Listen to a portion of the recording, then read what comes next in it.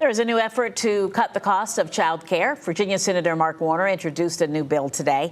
Madison Schlegel is in the studio. And Madison, what exactly does the bill do? What is it called? Janet, it's called the Child Care Supply Tax Credit Act. Warner laid out his bipartisan legislation about child care earlier this afternoon before introducing it to colleagues today.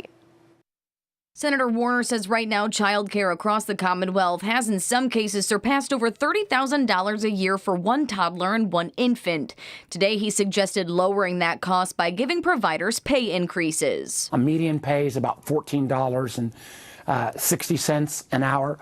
A more traditional worker, average worker overall, gets paid over $23 an hour, so almost a $10 differential. Warner says the creation of that tax would help child care providers attract and retain qualified staff. The goal would be to reduce turnover in facilities. Warner says reducing turnover will then reduce higher costs for families and even out availability at certain facilities. I think we all know that the price of child care is one of the affordability issues that is really hurting people. Many times child care could cost almost as much as college. And yet, at the same time, child care workers get paid so much lower than traditional workers. Last night in President Trump's address, he also commented on rising prices for things like groceries and childcare, calling it a Democrat distraction. He claims it was the Biden administration that left the country searching for affordability. But for this Virginia Beach single mom of two, Ace Abelana tells 13 News Now the cost of childcare has some families making sacrifices. I mean, I've had some colleagues that have to make the hard decision by leaving the position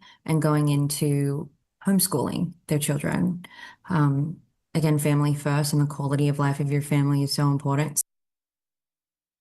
Abelana also says the trickle-down effect from interest rates is putting a strain on other bills for families like mortgages or the cost of groceries. Madison Schlegel, 13 News Now.